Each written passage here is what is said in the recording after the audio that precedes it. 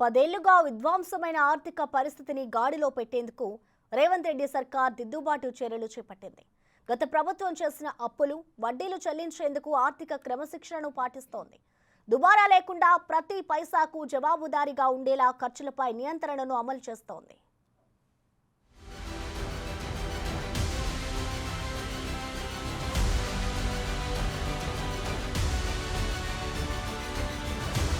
రాష్ట్ర ఆర్థిక వ్యవస్థను గాడిలో పెడుతున్న రేవంత్ సర్కార్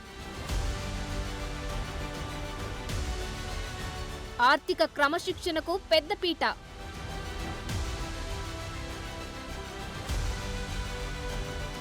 గడిచిన 10 ఏళ్లలో బీఆర్ఎస్ ప్రభుత్వం చేసిన అప్పులు 7 లక్షల కోట్లు. తడిసి మోపెడవుతున్న గత అప్పుల వడ్డీలు, కిస్తీలు. అప్పుల భారాన్ని తగ్గించుకునేందుకు దుబారాను తగ్గిస్తున్న రేవంత్ సర్కార్ గతం కంటే మెరుగైన జీఎస్డీపీ పెరుగుదల.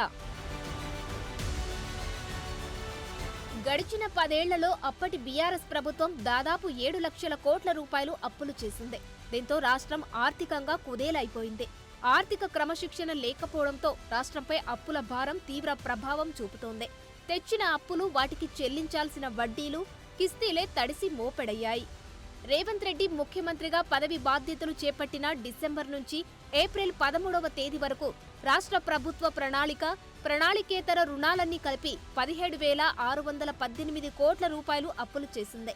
ఇదే వ్యవధిలో 25,911 కోట్ల రూపాయల అప్పులకు సంబంధించిన అసలు, వడ్డీలు కలిపి కిస్తీలు తిరిగి చెల్లింపులు చేసింది. అంత మేరకు తెలంగాణ ప్రజలపై మోపిన రుణభారం తగ్గించింది.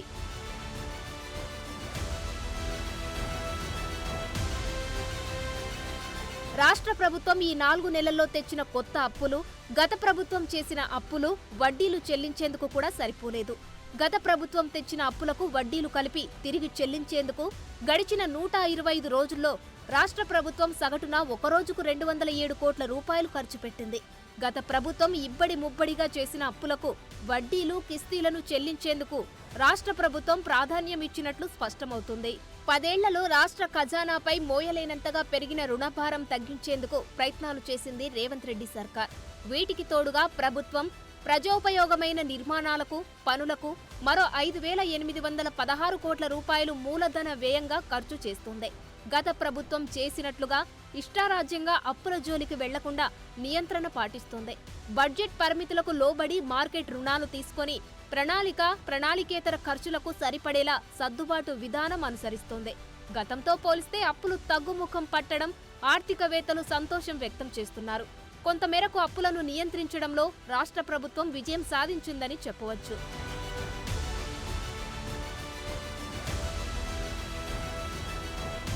2023 డిసెంబర్ నుంచి ఇప్పటి వరకు 4 నెలల్లో 15,968 కోట్ల రూపాయలు ప్రభుత్వం అప్పులు తీసుకుంది. గత బీఆర్ఎస్ ప్రభుత్వం 2022-23 సంవత్సరం ఇదే వ్యవధిలో 19,569 కోట్ల రూపాయలు, 2021-22లో 26,995 కోట్ల రూపాయలు అప్పులు తీసుకుంది.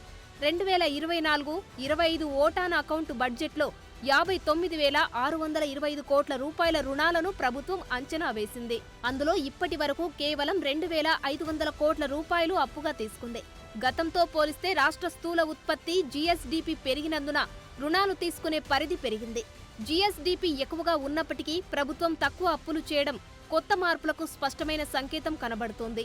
సాధారణంగా ప్రభుత్వాలు తాము చేసే రీపేమెంట్ల కంటే ఎక్కువ రుణాలు తీసుకుంటాయి. కానీ ప్రజా పరిపాలనలో రేవంత్ రెడ్డి సర్కార్ తీసుకున్న రుణం కంటే ఎక్కువ కిస్తీలు చెల్లించింది. తెచ్చిన అప్పుల కంటే తిరిగి చెల్లింపులు ఎక్కువగా ఉండడం ఆర్థిక క్రమశిక్షణకు అద్దం పడుతుంది.